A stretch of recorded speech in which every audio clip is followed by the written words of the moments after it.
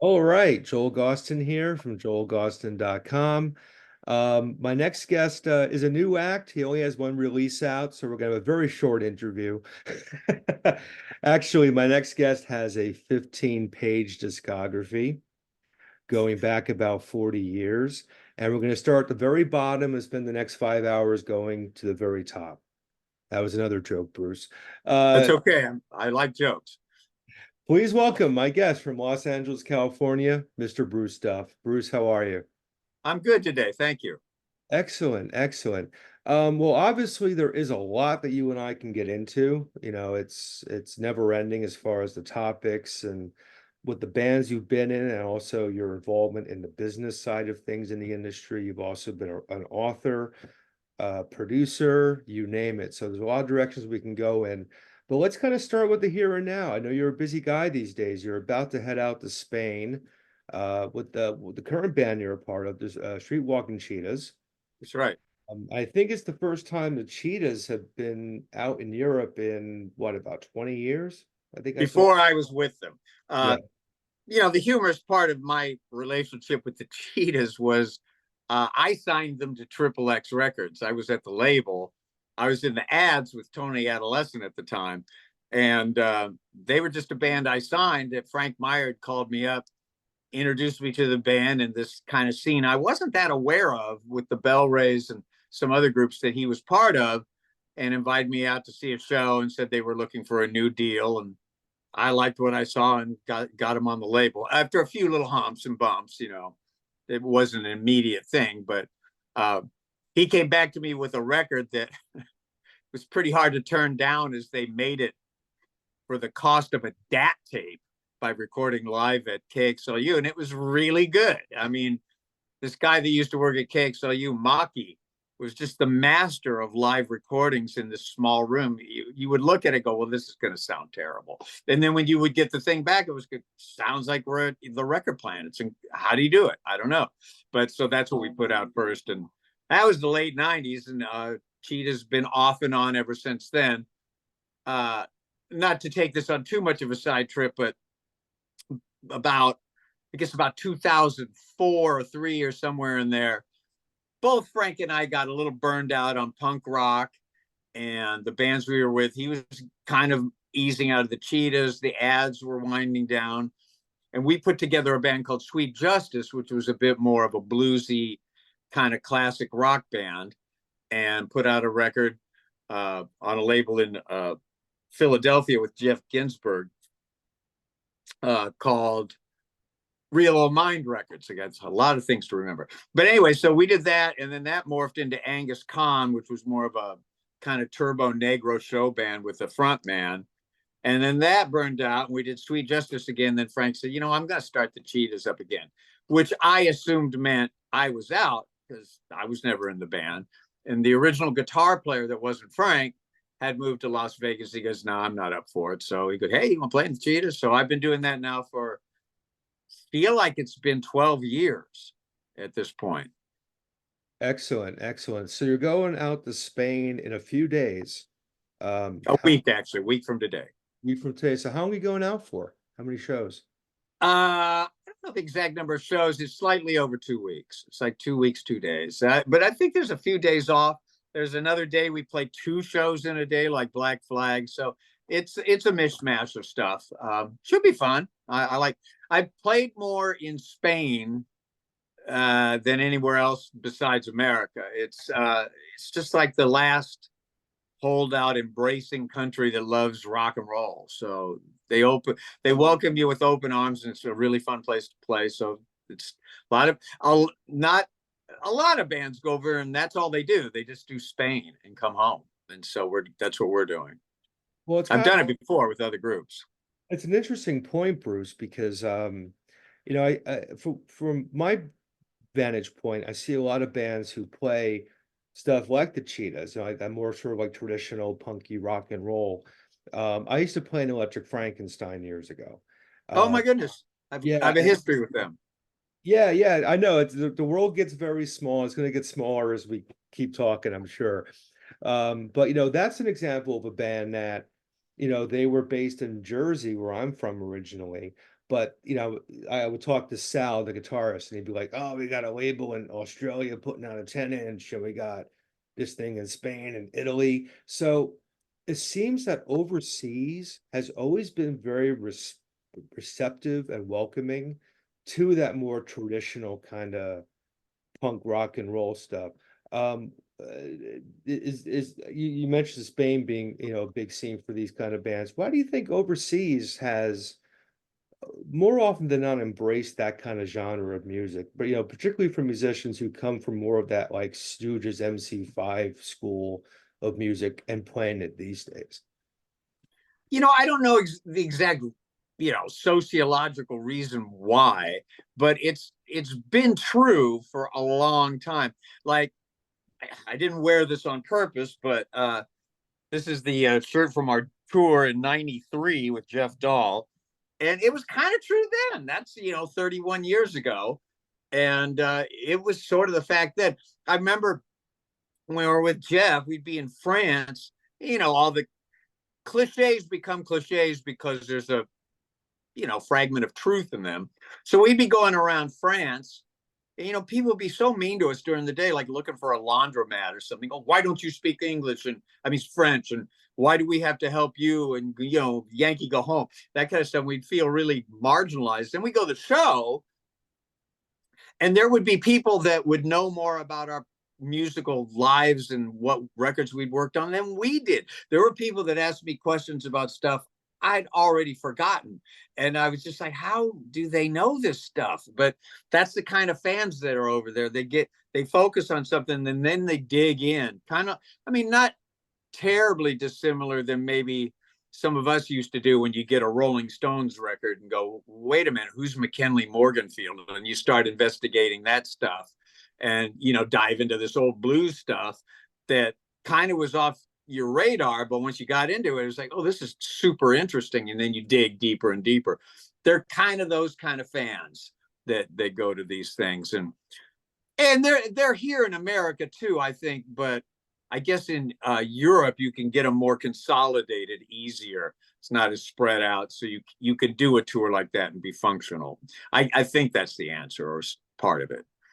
Well, speaking of overseas records, the Cheetahs have two upcoming records released by overseas labels. Yeah. The first is a 10-inch called Call the Dogs. It's coming out on Heavy Medication Records, and I think they're out in Warsaw, Poland, right? That's right. And the second record is a 7-inch called Crazy Operator. That's, speaking of Spain, that's coming out on Ghost Highway Recordings. Yeah. And you were kind enough to send me an advance of both records, and they're both killer, man. I Thank love you. them. Sound great. The playing's great. I love the Pete Shelley cover of Homo Sapien. Just Thank you. Yeah, we've been doing that one for a while. It's a good one. yeah, totally. So the records are coming out obviously as a 7-inch and a 10-inch respectively, but you're doing a digital release as well pretty soon, right? Within the next few days. Yes, on my calendar, that will be yeah, they come out a week from Friday on the 22nd, both on the same day.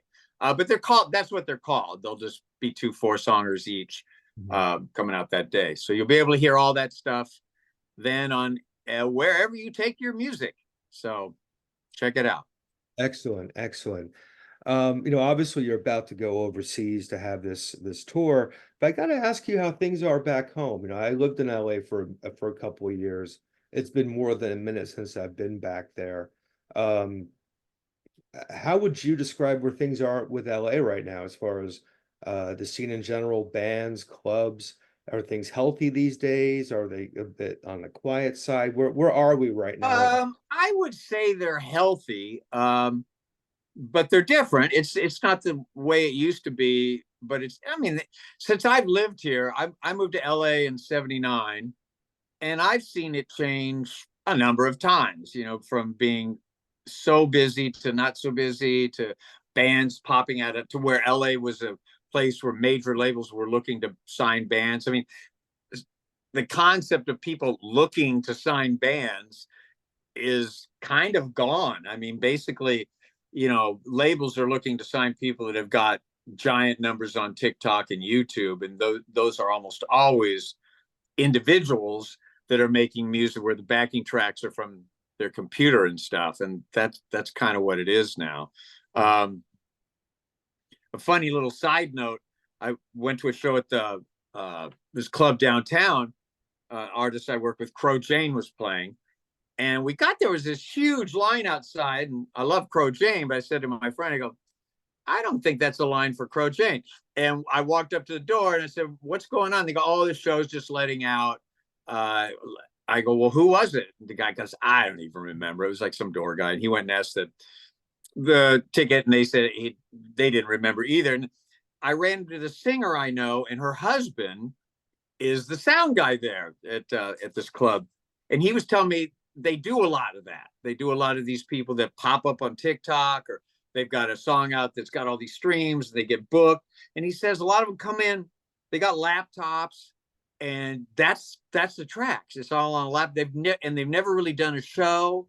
They don't know how to get their music interface to the PA. They don't know how to use a microphone live, things like that. And like, just to do a show is like this hair puller, but the place is packed with kids who want to take selfies with them. And, it's just a different whole thing. We had that era of music where a lot of people were coming out of the talent shows on TV, and then that would start a career. So the idea of you get your band together and you start practicing and you go out and you get a following, and that starts to grow, and eventually you work towards a deal. That's almost like Daisy and the Six or something. You see it on a Netflix special or fantasy, but it wouldn't be the reality of today. It's just gone. And nowadays, if you're a band and you're going to go play shows, you better already have stuff out on Spotify, even if it's just one song, because everyone wants to look you up and wait, they must not be a real band, that kind of thing. So that's a different thing. Having said all of that crap, there's pretty good scene of good clubs around town. I find myself going out 2 or 3 nights a week still and seeing bands I really like. So it's healthy for that. And I think there's a lot of cool new bands that are coming up. A lot of them are fronted by females, I've noticed. And I think, at least around America, the mantle of rock and roll and guitar driven venom, that's really being driven by more women than men at this point in time, and younger women, especially people that are younger than us that are coming up in it. And I'm grateful to see that, because a lot of them are really good and playing really good stuff. And like a couple of my favorites, I've had this conversation with people. One would be Starcrawler. One would be this newer band called Broken Baby. And when I see them, I go, well, it's not really punk. It's not metal. I wouldn't call it indie rock. It's not garage. It's just rock. But within that context, each band sort of has a sound, and they kind of do that old Beatles, Led Zeppelin thing. Okay, this is what we sound like, but here's a ballad. Here's a waltz. Here's a super fast one. Here's a noise one. Here's a bluesy one. And like whatever they play, it's going to sound like them, because that's who they are. And I like that. Cool. That kind of leads me to a point I was gonna get into a little later, but I'm gonna bring it up now because it kind of fits into where this has gone. And this is probably not going to be linear by any means. That's fine. I don't like linear things. I know you used to work with Triple X Records. Yes. And I was thinking about this the other day, specifically with Triple X and how things are now with the internet, and even with my website and now this YouTube channel, I'm getting about 75 promos a week. There's more music than ever, but it seems like there's less connection at the same time. What I mean by that is because 20, 25, 30, 35 years ago, there was kind of like less stuff to get your hands on because it was kind of a different world. I lived in northern New Jersey in the sticks. I'd go to the suburban mall in the Sam Goody, but I would find a Shadow Project record there. Okay. Right. Or I go to like the more indie minded place, and they'd have Tender Fury. Sure. and stuff like that. So things did kind of reach the right people back then, but it seems now there's just so much music, it's not reaching anybody because there's just too much. And I get an inbox with rows of promos, and I'm like, I don't know any of these bands. And then who gets my attention? The band I knew of 20 years ago. You know, the band I Okay. recognized from them. And it's like, it's almost virtually impossible in some ways for a newer band to rise above. But I pose that scenario to you because I know you manage bands and you're working to navigate the artists you work with through this sort of ever-changing current model that we're seeing. Um, when you look at things in 2024, keeping the Triple X era in mind, what are some of the greatest challenges, but also the greatest advantages to where we are now as far as being an artist trying to market yourself to an audience or to media or what have you? Well, I don't know. It's a different. It's a weird thing, primarily for what you said, just the volume of stuff coming out, and what has happened over the last, well, mainly 20 years, is that the power of the gatekeepers, even at the indie rock level, has just been diminished a lot because, if you find that frustrating, like we were talking about books before we went on the air, there's the world of self-publishing, which can be pretty hard. But the world of releasing your own music has gotten streamlined to the point where it's not hard. If you have a laptop, you can create. If you're got GarageBand, you can make a track. You can sing it pretty easy and put it. I mean, you don't really need a lot of equipment or investment to get your music recorded if you want to do it yourself. Then you can release it for, I don't know, it's under $20 to release however much you want worldwide, and then it's out. Now that is like throwing a penny into a river. Is it going to do anything? Well, then the challenge arises. Since the pandemic, I've heard numbers as crazy as 30,000 a week songs come out, and then somewhere along the line I heard 30,000 a day. I don't know what it is, but it's thousands and thousands. And it, at some point you think, well, is the cloud gonna burst? No pun intended. I don't know, but yeah, it's just the sheer volume of it. So when that stuff funnels its way to someone like you, and there are all those new bands, I mean, it's really just a thing of you either take the time to give them a listen, or you just throw your hands in the air.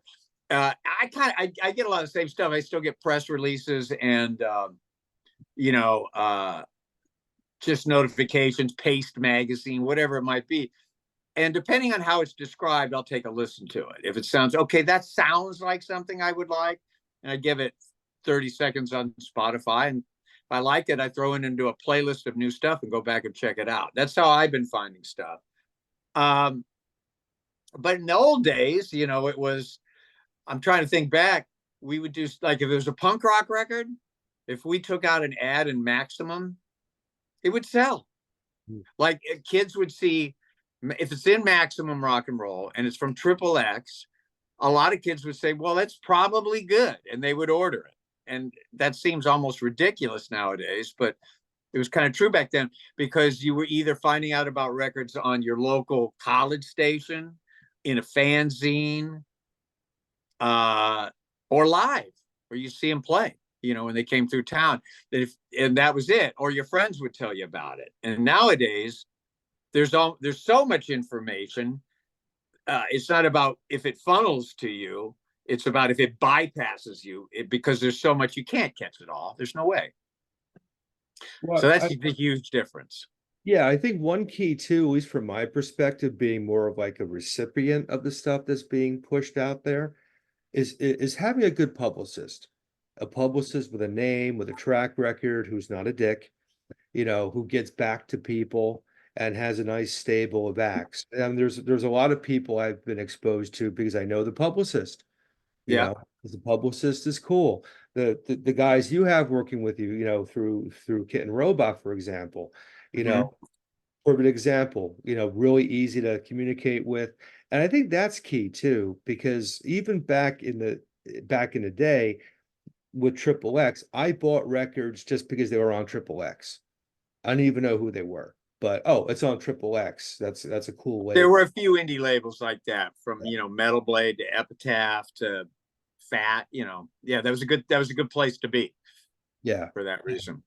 where like the label became the umbrella and the identity as much as the bands, kind of under that umbrella. It's like it was like the stamp that you knew, like, okay, I can identify with this. I've never heard a note of it, but it's got the Triple X logo or it's got the Epitaph logo. I think kind of in a way, the current label you're working with, Kitten Robot, has kind of grown to that point too, where if I know something's coming out on Kitten Robot, the chances are pretty damn high I'm going to love it. Well, that's great. I'm grateful to hear that. Yeah. But I mean, it still is a thing. Like now, I've always wondered, having been a publicist for decades, before I was doing a lot of what I'm doing now, does it sell records? I don't know. I think it did more in the older days, like if you were on the cover of something, but physical magazines, Yeah. I still get them, but not many. And there's not that many out there about music anymore. So basically you're on the internet. So then I think it really becomes a thing of, I think more fans are finding out about music through like Instagram and TikTok than they are through blogs and publicity. But when you land something on a cool blog, then the band can repost it and share it, and so that's how it gets published. So it's kind of like reversed, but it works. We hope so. That's how it's done now. Yeah, and it may just be a matter too of utilizing as many of the tools that are out there, but not focusing too much attention on one. Because for example, and that's hard for musicians. I'll tell you that. All the musicians I work with struggle with that, and it seems like pretty much all of them are pretty good with one platform, and then everything else is kind of like a pain in the ass. With most of the musicians I deal with, it's Instagram. Everybody seems to like Instagram. It's a good place. You can see your flyers there. You can announce shows, put up a little video of you jamming a new song. So that's pretty cool. And then if you ask them, well, see if you can get something happening on TikTok, they're like, we'll post on, X or Twitter or whatever the hell it's called now. And they don't want to do that. And so it's hard to do them all. And most people just they're just not into it. It's just like, I don't want to go to that store. I don't want to go to that. They're just not enthused. It's tough. And I think too, every artist out there needs to recognize the fact, I'm not talking about Metallica, but like, the artists we know, in our world. With the internet, yes, there's this wonderful opportunity to do different things, but right now, as we're talking, Bruce, there's a 16-year-old girl in Omaha who's recording a makeup tutorial video that within the next 30 minutes will get more views than anything you and I have ever done combined on the internet. And you could tell by looking at me, I could probably use that more than a music video. I could probably learn more from the makeup video. I'm not going to lie. But you know what I mean? It's like, it's so, bands will say, well, how come this is getting this many views? Can't think in those terms. Think about building a community for your band.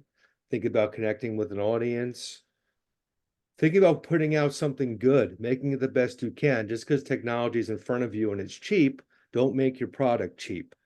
Well, and also, Instagram, these social media things, it's not like a fanzine or a record store. They're not about music. They're about everything. So music's just this little fraction of it.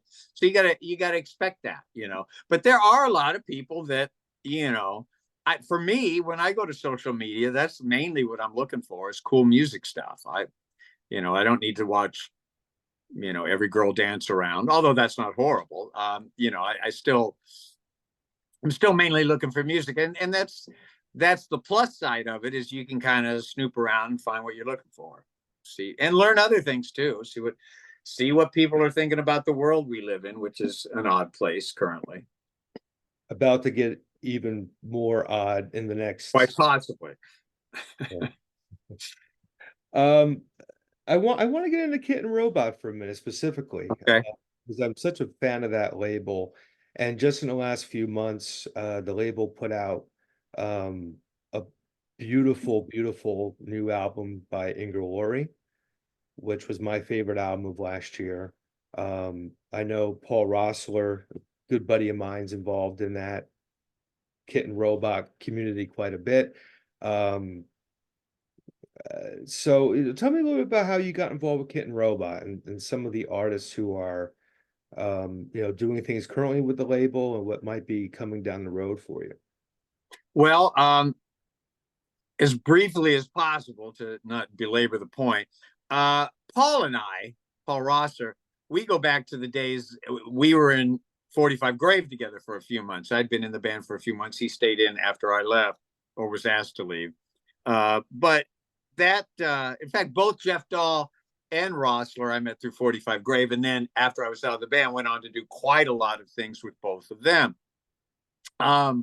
Rolling forward into the 2000s or late 90s or something, I started mid 90s actually. I started doing a lot of recording in various studios around town. One I was going to a lot was run by Geza X. His partner in the studio was Josie, and Josie actually sang on an old ads record back in the 90s because we were talking about, geez, what if we had a part right here like that? And Geza went, oh, Josie could do it. I went, you mean Josie Cotton? She goes, yeah, she's inside. You want me to go ask her? I go, she would come out and sing on our stupid record right now? Probably. And she did. And kind of, this first take thing that was amazing came out. So that's how I met her. And then we'd all known Geza forever. And then Paul started working for Geza, kind of learning the recording ropes from him pretty much right as Geza was transitioning from tape into digital. So they were right at the cusp of that thing as the 90s were turning into the 2000s. I started working with them at their studio. So anyways, then Paul and Josie partnered in Kitten Robot Studios, I would say now about 12 years ago is my recollection. Or something like that, maybe not that long. Anyways, I started going to that studio because A, it was convenient, B, I know Paul and I get along with them, and just started using it for all the things I had to record that I couldn't record at my place. So anyway, one day he calls me up and he goes, hey, I've got this Josie Cotton record that we did because her publishing company asked if she had something unreleased from the 80s, which she did. She had a whole third album. And so we got the tapes, burned them, mixed them. It's done. It's actually pretty good. And publishing company has it, but we don't know what to do with this album. You want to come over and listen to us and just tell us what you think? So I did. And I listened to it. I go, well, this is great. Somebody will put this out. We can get this a deal. So the idea was I would just get them a record deal for this record, which we ended up licensing it to Cleopatra. They did really well with it. Josie got an advance. They recouped. Everybody was happy. And in the process of doing all that, I said to her, I go, your catalog is a mess. And she was currently also in the process of getting her first two records from Elektra back because of the 30-year copyright deal that the US government has in place for people. So that was being done, but I looked at everything between this new record she had done and the old Elektra records and saw that it was kind of all over the place. Like this came out on CD only, but you can't get it. This was on a label that did put it out on streaming, but they're out of business. And like just all this kind of stuff. And I'm like, you need to get all these things back, put them out yourself, control it, own it. Then if somebody wants to use a song, you license it. You're getting all the income from the streaming, and it's a one-stop for all things Josie Cotton. And she liked the idea, and I go, well, I'll help you do it. So she decided to keep everything kind of unified. So like the studio, it became Kitten Robot Records. Then it was Paul Rossler who really came and said, well, look, there's all these bands coming through the studio, and they make these great records, but they don't really have a place to put them out, except unless they do it themselves. Maybe we could do some of that. So that was how it kind of grew from there. And a lot of the bands that we have put out were things that, you know, Paul had, and that were going through Kitten Road. Tombstones in Your Eyes, Crow Jane, his sister Kira, her record. TSOL, we got TSOL because they recorded Kitten Robot. Yeah, So, and there's other things that have come in because Josie brought them in or I brought them in, but basically that's how it started. yeah, and it's really blossomed into this cool identity, as I was saying earlier. You know, I get excited when I see the Kitten Robot logo on something now.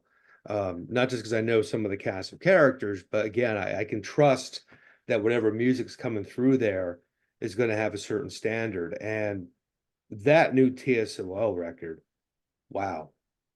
Wow. I think that's probably It's pretty good. And I think it's funny when in all the interviews, you know, Jack's done, he says that it wasn't like a planned record. They didn't go, okay, let's make a record. They just recording here and then when they felt like it, with no actual thing unifying everything over a few years.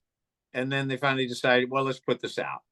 I think it was actually, you know, more than them even. I think it was Paul that said, why don't you put all this stuff out in Kitten Robot? And they're like, okay, you know, like just that casually. I mean, that might be an exaggeration, but and it's funny because I don't think it was put together to be a record, but I think it's a really good record. Whatever the intention was, I think it's one of my favorites. yeah, definitely, definitely. I mean, the band just sounds great throughout it.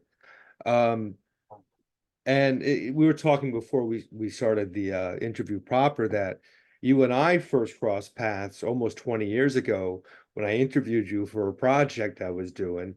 And then it was, I guess, about a year and a half ago or so, we kind of crossed paths again because I received a promo from one of the bands you manage, Glitter Wizard. And that's on Kitten Robot too. Yeah, I had a great time talking to those guys, and of course, you know, Paul was involved in recording of that, and that was a very cool record. Um, so let me get into your artist management side of things, because I know you have a stable of acts you work with. Who are you currently managing, and what can you tell us about them to, you know, what viewers may not know about these acts, you know, what these people are about and what they're doing. Well, I managed Josie, who besides owning the label is obviously still out there making records, doing shows, touring, and very busy. And she's also become sort of a video director that, you know, pretty good. I kind of been encouraging her to do more of that just because I think it's, you know, something she can do for the rest of her life if she feels like it. And I think she really has a genuine knack for it and doing things that are different. But besides her, there's also, I managed Fever Dog, which I actually got Fever Dog through the agent that books Glitter Wizard. He said, hey, I picked up this band Fever Dog. I think you'd like them a lot. And I went to see him and I was in fact blown away. And those two bands have a little love affair going as well. But, you know, they're similar but different. Fever Dog is kind of like, I don't even know how to explain it. They're very much a presentation. They wear matching outfits, but the music is, you could pick things. Oh, that's sort of like Sweet. Oh, that's sort of like Ted Nugent. Wait a minute, this sort of sounds like Pink Floyd. And you put the things together, and it doesn't sound like it would work in the same band, but they make it work. It's bizarre and it's great. They just did end of last year. They did the whole U.S. tour supporting Wolfmother, which was quite a thing. And boy, the crowds just ate them up and ran to the merch table and supported the band very heartily. And that was really encouraging to see. Glitter Wizard heading back to Europe this year. Been around for quite a while. Sort of a, you know, a glam rock. Again, things that you don't necessarily think would go together. They're glam rock, but they're kind of metal, but there's space rock Hawkwind in there very much. The keyboard player is totally obsessed with all those Hawkwind records, as am I. And then there's Prima Donna, who I've probably been working with the longest. Kevin Preston became the utility guitarist with Green Day. So he's been out there doing that a lot. They've got a new album coming out, and Prima Donna's working on something new for Wicked Cool. Love those guys. Triptides, which is a band I found through a live music who I used to work with, Radio Moscow, before they broke up. Triptide's a little bit more Topanga Canyon meets garage rock. Very interesting band. Of all my bands, they are by far the most prolific. Glenn Brigman, who runs the band, he must crank out a song a day. I can't keep up with it. He has such a backlog of good material that I just feel like it hasn't quite been tapped properly yet. So that's something I'm really working on, to see that we can make that happen a little bit more. But they're popular on both sides of the Atlantic, and a really fun, great band to see. Excellent. I hope I didn't forget somebody. I probably did. I used to work with the 210s. They're still on my webpage. They live 3,000 miles apart now, so they're not quite active. And who knows? Worked a lot with Norwood, Trulio Disgracious. That could happen again at any moment. So, and some of the bands I mix and work with, I've always got an eye on them to see if they can go another step. I did a lot of recording last year with this band called Living Rumors, who I'm very fond of. I think they're going places. The singer is incredible in that band.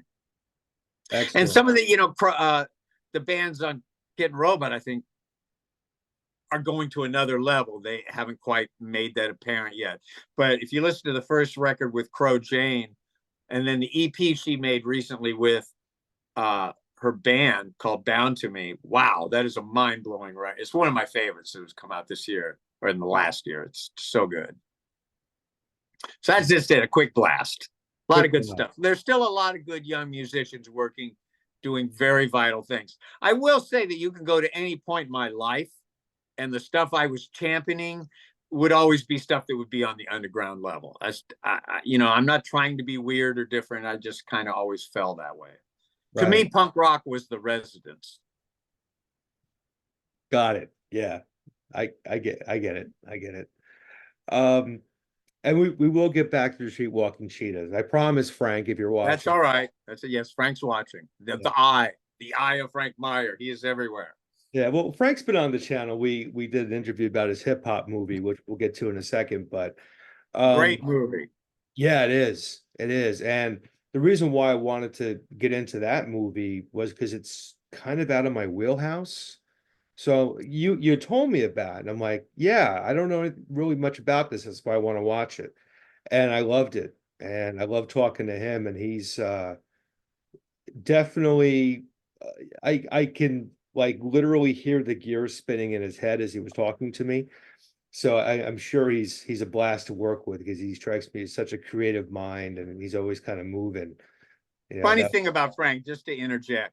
So we had known each other obviously through Triple X, his band, the Cheetahs, my band, the Ads.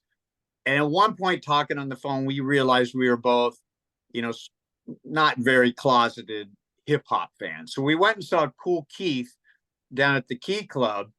And while we were standing around waiting for bands to come off and on, he mentioned that he was making hip hop beats in Cakewalk, which is like ancient early digital audio stuff.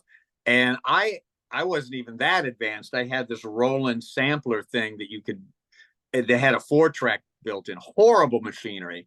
I still have it that I throw darts at it and stuff. But I was making kind of like, not hip hop beats, but sort of like Chemical Brothers type stuff, but using samples and all that. I was fascinated with that. And we looked at each other like, you're doing that, you're doing that. So we decided to get together and start working on beats and stuff. And the first actual session I had here in the studio was with this rapper from Texas that he got in. I can't remember the fella's name. And he rapped over a beat I'd made out of a John Cale track. And it was great. And it was the first time I recorded a singer, I hope I don't mess this up, because I barely knew what I was doing. And, but yeah, that was the thing, like, as far as us coming together and starting bands, it was really making beats and hip hop stuff that got us together out of our little, punk rock world. Yeah, and I can't recommend the movie enough, Hip Hop 101. I'm gonna link that in the video description when this interview posts. So people can go check that out. And Yeah, I'll it's a fun movie. yeah, and I'll post a link with Frank too, because I spoke with Frank back in October about that. And I've got to get him back on to do like more of like a rock and roll conversation with him because I'm sure he's got plenty of stories considering his history, you know. So Well, he's out with Fear now. yeah, I saw that. It's fantastic. It's very Yeah. cool. Very cool. There were a couple, like I said, your discography is 15 pages long. Regrettably, we're not going to get to all of it. But Thankfully, not regrettably. there were a couple I wanted to specifically mention. We mentioned Paul Roessler earlier. Um, if you've seen any of my past writings with Paul or my video interviews with Paul, it becomes pretty clear very quickly. I'm a massive Twisted Roots fan, which was Mm. Paul's band in the 80s. Like one of my top five favorite bands ever, actually, for a number of reasons.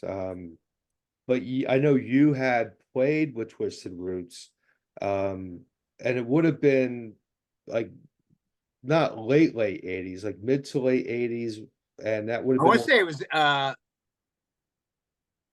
I want to say it was 85, and I think the record came out in 86 that I was on, I think. We played together for a couple of years.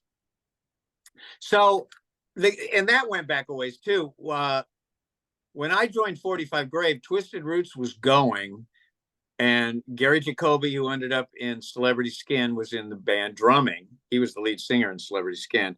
Pat Smear was the guitarist. Kira, his sister, was the bass player.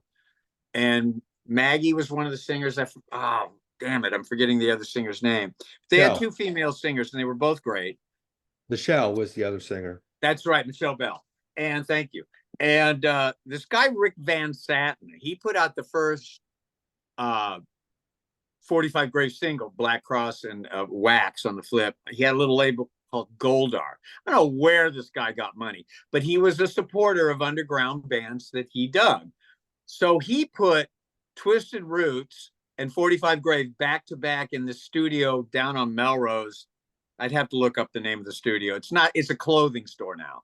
But back then it was a really nice recording studio, and he just booked all this time, and we would trade out. You know, we would be in one day, they would be in the next day, and recorded these records back to back. Interesting records. Ours never came out. We ended up getting signed to Enigma, and 3 of the songs that we had done there got reworked with Craig Leon, and that became the record. Phantoms, right? Phantoms, thank you. And so that's how I got to know Twisted Roots, and they were very popular around town, and then kind of fizzled out. And then Paul joined 45 Grave, and he was doing that for a while. And then I guess it was after he stopped doing that, he started Twisted Roots again, but with him as the lead singer. So it was actually a completely different lineup with just, he was the only constant thing, and he moved from keyboards to keyboard lead singer. Des Cadena was the guitarist. I was the bass player, and the drummer was this guy. I want to say his name was Alex, but that could definitely be wrong. And he had been in a later edition of the Weirdos. He didn't last too long. And Del Hopkins, who I played with and was playing with at the time, with Jeff Dahl, came in as the drummer, and that was actually a better version of the band. Interestingly, the first drummer I'm talking about, left the band like right when we were supposed to leave to go record the album, which we had to go to San Francisco. The label CD Presents had a studio in San Francisco, and we were going to go up there and record. And I can't remember the gentleman's name, but some guy came in and did these elaborate drum programs of each and every song, and that's what we recorded to. I don't know how Paul got that together. That would be, if you ever talk to him, ask him about that, because it was a whole thing. It's like a nightmare that we had the stuff booked, no drummer, and this guy came in and solved the problem in a matter of days. I never even met him. And then we went up there and just played to these pre-recorded drum tracks. Then Del went up and played over all the drum tracks, which I thought that's equally amazing. But he did it, and it worked, and that's what ended up coming out. Yeah, that's So great. a long and twisted journey to that. And then, it's funny. I thought about this, not because I knew you were going to ask about it, but just because I don't remember. I don't really remember why that band stopped. I don't remember us breaking up. I don't remember a last gig. I don't remember a conversation about it. It just kind of stopped. There was no animosity or anything like that. And then not that long late after that, maybe a year later, I went and saw Twisted Roots with a whole nother gaggle of guys, some of which became my friends. So there's, like I said, there was no animosity, but it changed yet again. And then Paul had a band called Spun that he had this deal with on a German label. That was early 90s grunge days. And that was an interesting lineup as well. I played bass in that. And Paul didn't play keyboards. He was just like the front guy. It was that was an interesting band. Very kind of early 90s heavier rock. Not typical of the kind of stuff Paul Rossler did, but I liked it a lot. Yeah. See, I'll try to. I don't. That came out on a CD on a German label with 3 other American bands. It was sponsored. If I'm remembering all this right, it was sponsored by Marlboro cigarettes, because at the time there had become some weird German legislation where it was no longer legal to advertise cigarettes in certain, I can't remember if it was billboards or TV or radio, but somehow they said, we're not going to let you advertise your cancer producing products anymore. So Marlboro put together this battle of the bands thing just to get their name out there. I mean, who thinks of things like this? But that's somehow we got involved in that. I have no idea how. These are all great questions for Paul Rossler that I've never even asked. So, I'll be asking Paul. I mean, Paul knows almost every conversation I have with Paul, I slip in when's the Twisted Roots reunion gonna happen? And it's like, is that ever gonna happen again, Paul? And maybe I'll use this channel to facilitate something in that respect at some point. We'll see. But the band was called Spun. That's all you need to know. And Spun is the perfect name for the band given Paul's lifestyle at the time. That I know about. Yeah, I did a whole feature on the Drug Years collection he put out a few years ago. Talk about musical genius, Bruce. I mean, don't let him hear that too much. That's a bad thing. Like, downplay that at all times. Yeah, but I would do just about anything for a Twisted Roots reunion. I missed the one in 2011 when Maggie and Gary, Kira, Pat, Paul, did the thing for Dave Travis's movie. I must have missed that too, because I remember the movie. I don't remember that presentation. It might have been around a lot of the stuff that was going on out in Santa Monica. No, that was longer back than that. I don't know. There've been so many revivals of LA punk rock. I've kind of lost track, and I wasn't really an LA punk, so at a certain point. We got to talk about Thor. Thor. He refuses to go away. He's just the crushing heavy rock guy he's the god for a reason. Yeah, I just sang with him last week. He did his 50th anniversary at the Whiskey, and wow, 50 years. But I guess that's accurate. He had that glam stuff out with RCA back then. I met Thor when Only the Strong came out. So I was a publicist. I worked for an independent publicity company for about 6 years. I had a pretty successful run with it. I ended up being vice president of the company. And back in those days, in the 80s, it was telephones, Rolodexes. You sent out typed things to people, or you know what I mean? Everybody got an individual thing. We were just, at one point during that, we got into computers that could help us ease up a lot of the paperwork. But when I started, it was literally old school publicity. So you'd really get to know people on the other end of the line that worked at a magazine. And this woman I got to know a lot, forget her actual name, but her writing name was Cherry Bomb. And she worked for the magazine Cherry, which was sort of like Hustler Light. But they had a big they had a big music section, and it, because of her taste, it tended to run towards heavy metal. So I got to know her really well, and she was very supportive of my band, Jesters of Destiny, at the time. And she ended up being sort of the hype man, I guess you could say, in Thor's outfit, sort of the second lead singer. And I think they were a couple for a while, and they were very cute together. So anyways, she was out in New York, and she called me up. She goes, "Hey, I'm working with Thor now. We'd like you to do publicity." I'm like, "Great." So they signed with Enigma, who were out here, and they came into my office one day, and I was like, "Oh my God, it's this, you see Thor, but especially back in the 80s, the hair, and he's, 6 feet wide, 10 feet tall." And I was like, super intimidated. And he turns out to be this, he's more shy than I am. He's like the quietest, nicest, friendliest guy you could ever imagine. You got to kind of pull him out of his shell, and then he's like your best friend.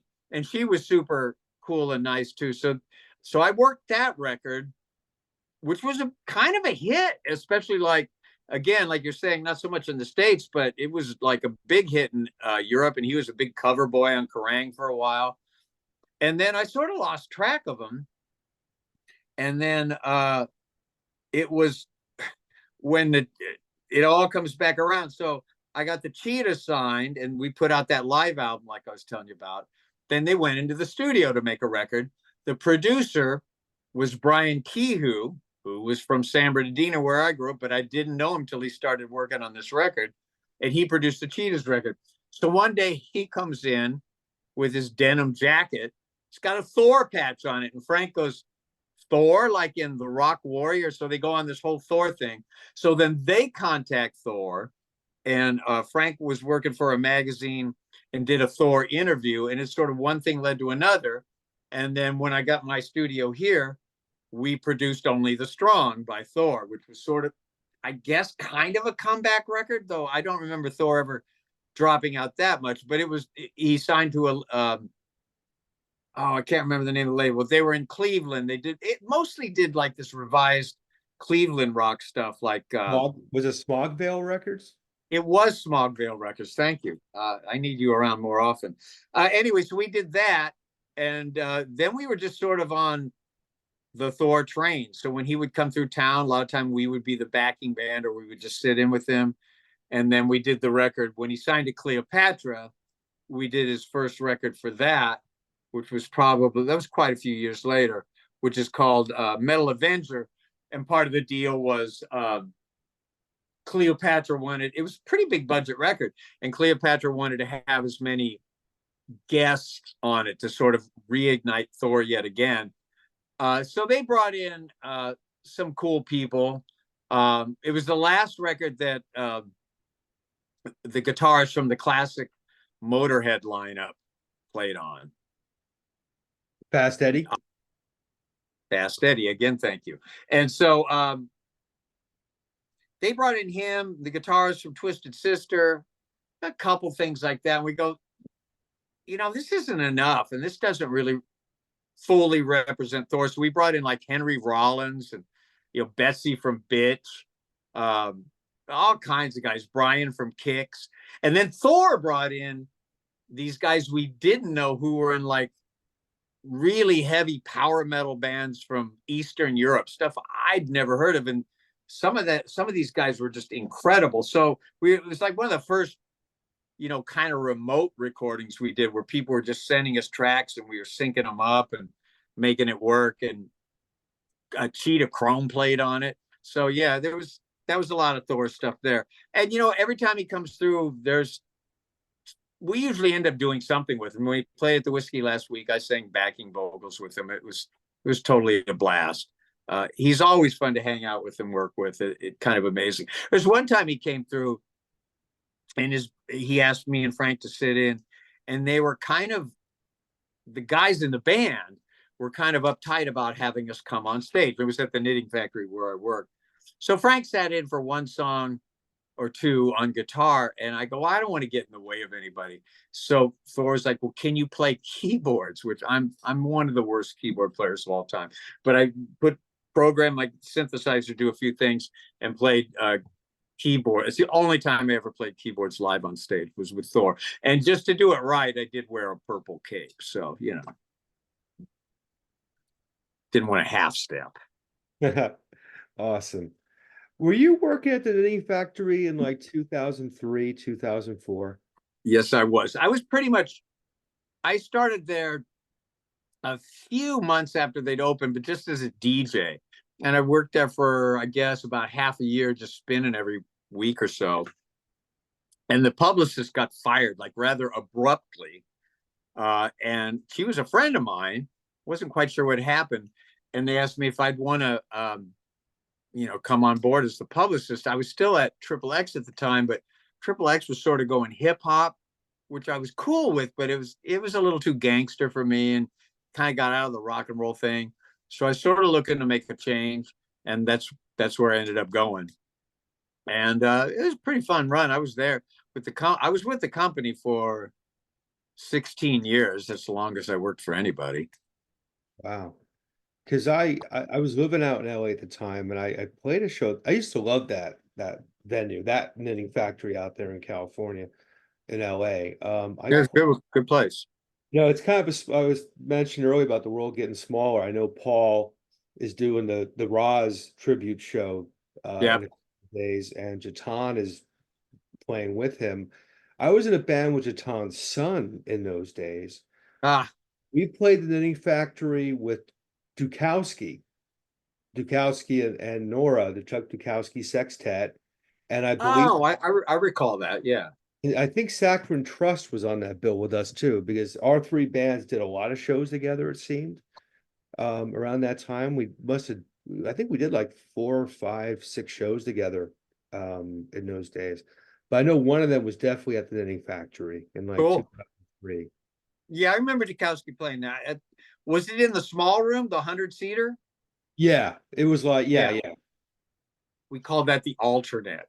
yeah. So I dug it though. I dug that club a lot. I saw Rocket from the Tombs there, speaking of Cheetah, yeah, and they came through with Richard Lloyd playing. that You was know, a funny. Well, we played. Frank and I played that show. Sweet Justice opened for them oh, because of Cheetah. And I remember Robert Lloyd was there. That was the first time I met him. But it was hilarious. I was back in my office. Cheetah comes straight up to, you know, because I've been working with Cheetah since the Jeff Dahl days. And Frank and I did Cheetahs and Sweet Justice. We've all done stuff with him and toured with him and stuff.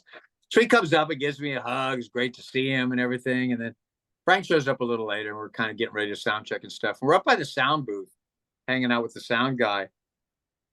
And Cheetah's on stage, you know, just kind of getting his guitar ready and stuff. And the singer walks out, and I don't know what had gone on previously, but he grabs a folding chair and throws it across the stage at Cheetah, and he has to dive out of the way and dodge it. And I'm going, well, this looks like it's going to be an interesting show. I mean, what's going on with these cats? And it was an interesting show. Like whatever their beef was, show was great, but there was definitely a lot of tension and friction. I have no idea what it was about. And like Cheetah seemed to be just in the best spirits and happy as could be, but you know, those things are who knows what was going on with those guys. yeah, yeah. I interviewed that entire band actually for something, and they're a prickly combination of fellas Oh yeah. when you get them in a room together. But an awesome band. And I was thinking too, I think the last show I ever saw at the Knitting Factory may have been the Ads, actually. Funny enough. You played with EF there, I believe. Probably around 2005. With Electric Frankenstein? I think. Well, it's certainly possible. I don't remember that one. But I swear I have a poster right up over here of us playing with X. I don't remember that either. I've forgotten a lot of stuff. There's a lot of stuff we played that I don't remember, and then I'll remember something so obscure and no one else does. But the Ads played. The Ads were. That was a long run. That was the longest I'd been in a band at that point. We were pretty solid, you know, lineup of shows for 10 years. Played all over. Yeah. We played a lot with Electric Frankenstein. Yeah, that was the era for it, and Yeah. the initial run of the Cheetahs, like that whole, you mentioned the Bell Rays earlier, that whole Yeah. fantastic wave of, the new rock and roll that was coming out at that time. It was fantastic. So many great bands, and Sal had that Fistful of Rock and Roll series that he put out. Right. A lot of those groups, it was just a really cool time to be part of the mix and all of that. Let me throw one more record at you, then I'll wrap it back around to the Cheetahs. Um, I saw in the info you sent me, you had produced the Super Heroines compilation 11 Pain, with Ah, Cleo. well, yeah, we did some recordings with them, Ray and I from the Jesters, because we played a lot of shows with the superheroines, and I'd known Eva and Jill since the 45 Graves days because we used to do shows with the superheroines. But I was a big fan, and we were pretty friendly with them. And then when it came time for them to record, uh, we helped them out. I don't even know if they. So the guitar player at the Jesters was the managing house engineer at the studio called Dawnbreaker, long gone, but it was out in San Fernando. It had originally been built by Seals and Crofts, and then they, unlike most bands, they just absolutely retired. And they go, "We're done making music." One guy went off to be a coffee farmer. I don't know what happened to the other guy, and their manager owned it. And so she hired, she hired my friend to manage the place, and they would have sessions in all day long. But we kind of had run of the joint at night. Like, it was sort of ran like a regular business. Like, groups would come in 11 or noon and bail by 8. And then all night long, we could do whatever we wanted. It was kind of unbelievable, really. And I think Ray had to kick some stuff back to the company to do that, but he never made too much of a fuss about it. And so we never really recorded many outside bands, but we did do the Superheroines there. And I remember it was their 4-piece lineup with a keyboard. Hmm. And that was a good record. It wasn't a full album. I think the thing that you're talking about has other stuff piled onto it too that we didn't do. But Yeah. yeah, I love the band. Eva's on this thing Friday as well. I'm hoping to go. I'm not absolutely sure I can do it yet, but I'm really looking forward to it. I was fair, Rozz was a big part of my life too. And Well, Rozz and Eva used to actually live in Ray's apartment, which was, I could almost throw a baseball at it from where I am if I was a better thrower. And it's kind of how I discovered this neighborhood I've been living in for 32 years now. it's with the Roz thing coming up, I really should ask you, because I know with Triple X and otherwise you were very much involved, with his creative pursuits. And it's fascinating to me that you show me we talked about the Phantoms book before we started recording that we're both in, and Roz, obviously his specter looms wide in that book. And there's a show on the 15th honoring Roz, and Roz was writing these lyrics that people still sing when he was 16, 17 years old. When you really think about that, and the fact that we're probably 44 years into, the time he started recording with the early Christian death. And Roz sadly has been gone a long time too. Why do you think he's still as relevant today as he was then? What was it about him as a person, as an artist, that still seems to resonate so deeply with so many people? I'm not exactly sure. I probably a better question for Heather of Crow Jane. Like, a young girl like that, so deep into death rock, and the people. I know when we started working with Shadow Project, I don't know if it was Rozz that. Yeah, I guess it was Rozz. It was Rozz or Eva that they said, everyone's calling us goth.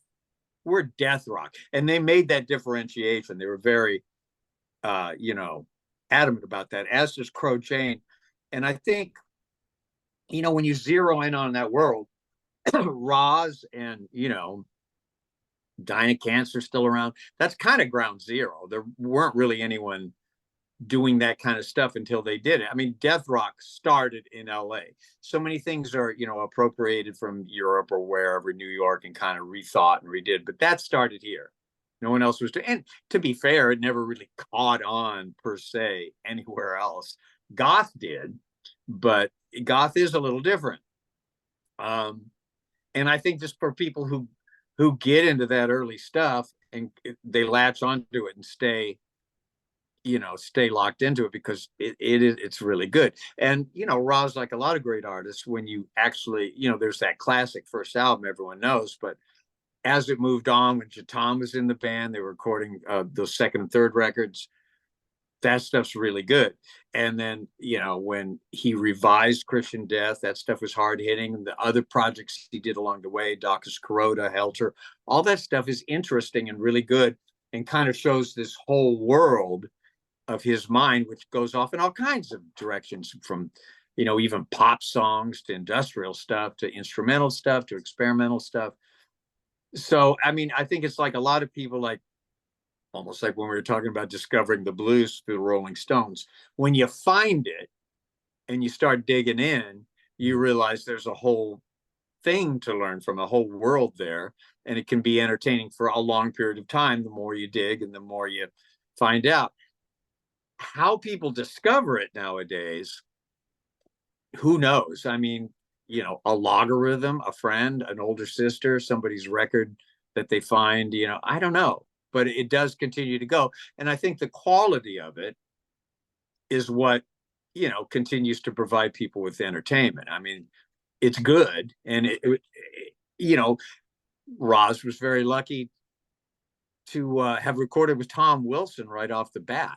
That was a guy, you know, I was just hearing Grisham in his movie talking about Tom and just how he was the guy. You know, he made everything sound great, but he wasn't one of these guys that, oh, you need to do this so we can get it on the radio, or you need to change this so you sound normal or whatever. He was like, this is what you guys do? Okay, let's make it sound awesome. That's what he did. And for a kid that, you know, Rozz didn't know what he was doing at that point. He knew what he was writing and knew what he wanted to sound like. And Rick Agnew too. He was still a teenager. For those guys that young to have someone that kind of mentored them into just, you guys got the right idea, let me help you turn it into a phonograph record and not fuck you up, not change it.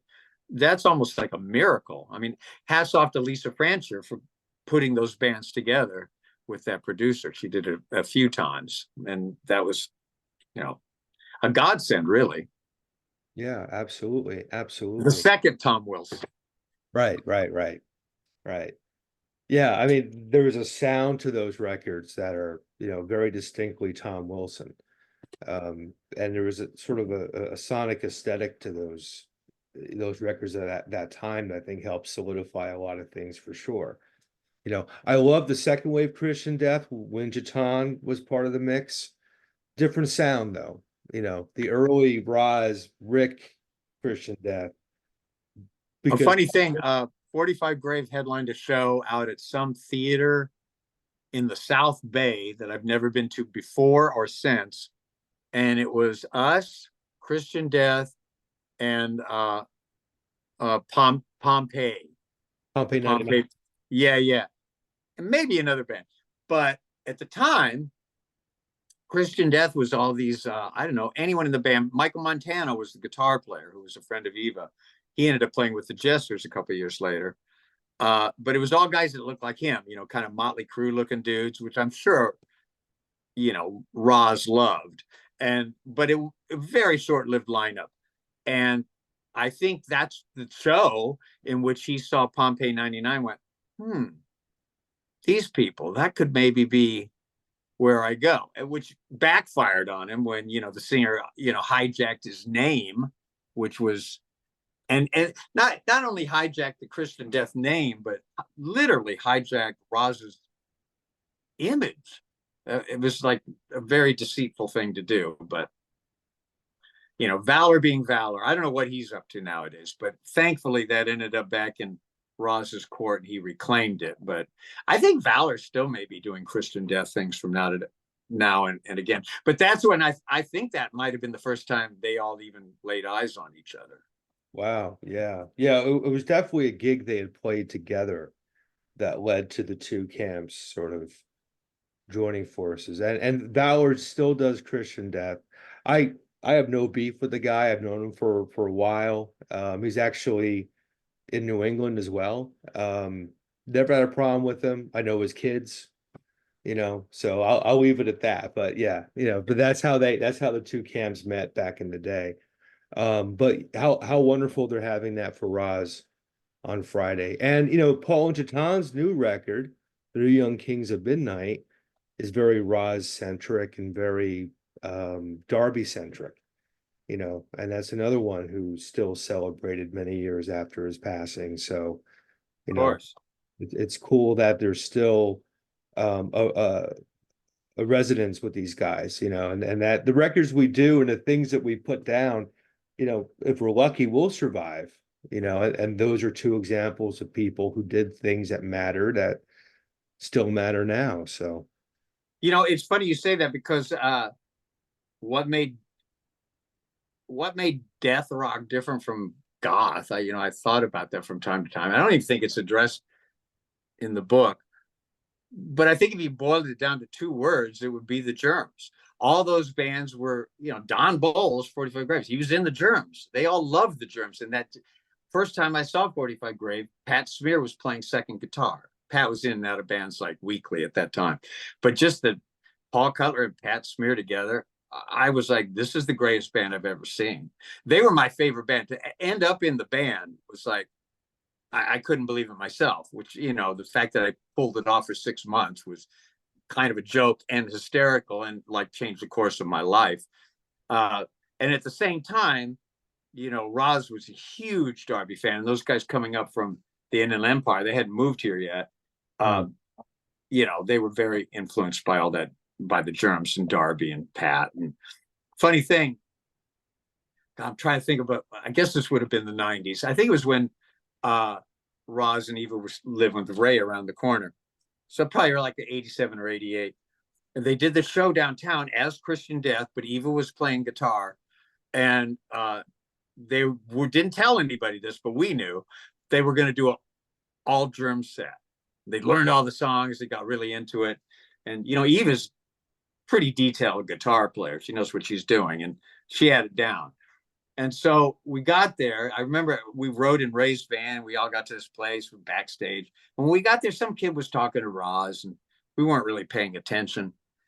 This kid slipped him some drug. Who knows what the hell it was? But Rozz, being Rozz, pops it. And then he just has a total freak out. He's like, I can't go on. I can't go on. I'm too freaked out. Like, dude, you can go on. Come on, it's a punk rock show. You're going to be Darby. You can do it. You can do it. Because I can't do it. I can't do it. So he was like, so she goes on. She's playing. She goes, well, what am I going to do? I go, well, I don't know, play Louie Louie for 45 minutes. You want to get paid, so just do anything. You guys can come up with this. So she goes on stage and she goes, all right, we're going to just do a bunch of Germ songs. Anybody here know how to sing them? And some kid like jumps up and he killed it. He was great. I have no idea who he was, but he did all the stuff, knew all the lyrics, and kind of moved around and did it right. I don't know. I mean, I'm going to say, just for the sake of being nice, Rozz would have done as well, but I don't know. This kid was pretty good. And that was just a little funny incident that I happened to be there to see. It was wonderful. Yeah, and there's always little moments like that throughout history that, unless you were there, may have been lost in the sands of time. That's excellent. And you've mentioned 45 Grave quite a bit. Let's give props to the musicianship in 45 Grave. I mean, you listen to the tracks on Hell Comes to Your House. Yeah, that's really what sold me. That was Yeah, amazing. that was a next level uh example of musicianship there. That whole Both, album though was a game changer. That album was great top to bottom. yeah, Hats off to Steve Sinclair. Steve Sinclair and Ron Gowdy, I believe, were behind that. yeah, Hats off to them. yeah. And rest in peace, Ron. We lost Ron a Yeah, few. very recently. That's right. Yeah, he was a nice guy. I liked Ron. Yeah, both of them were. They were both cool guys. Yeah, a great record, great legacy. Let's bring it back to the Cheetahs. I know you got the two records coming out. You've got the tour coming up in a few days. Um, you're busy as hell right now, but it's only March. What does the rest of the year look like for the band? It's an excellent question. We got to promote this stuff here stateside. We don't have a ton of stuff lined up, but we're looking to do that. We're already talking, oddly enough, about Spain 2025. But as far as the U.S., I mean, I know we'll be playing around the Southland, but we don't have a lot on the books right now. Work in progress. And then I suppose probably the idea will be, since these two records came out over in Europe and they're two EPs, would be to record maybe not that much stuff, but another chunk and put it together as a full album to, follow up One More Drink. Or I'm not absolutely positive about this. We could leave those things to be themselves and just come up with a new album. But I know we're definitely getting ready to work on a lot of new material and, play more shows, get that stuff out. We have a show with our brother or perhaps sister band, depending on how you look at it, Gacy DC, when we come back. We play with those guys all the time. And that's down in Long Beach. That'll be fun. And I think we have something at Permanent Records coming up, a benefit. So, but we'll be out there doing stuff all the time. And it's never hard to find out when the Cheetahs are playing. We make it pretty well known. Cool, cool. Well, with a bit of luck, I'm going to be hitting LA later this summer. Good. So I'll keep an eye out for what's going on around that time. Maybe we can connect for a show or something. And, maybe you guys will be playing the same time I'm out there. That'd be really cool. Very possible. And even if we don't, hit us up and we'll do an or something. Yeah, absolutely, man. In the meantime, congratulations on the upcoming records. Thank you. Best of luck on the tour. Best to Frank, of course. And I got to get him back on here. We got to talk about this sort of thing. But until you and I meet again, Bruce, it's been an absolute pleasure. Thank you for giving me some time. I appreciate it. Fun. Yeah, totally. We'll connect again, I'm sure. Great. Excellent, man. Enjoy Spain. Have a great time. Thank you. Take it easy. You too.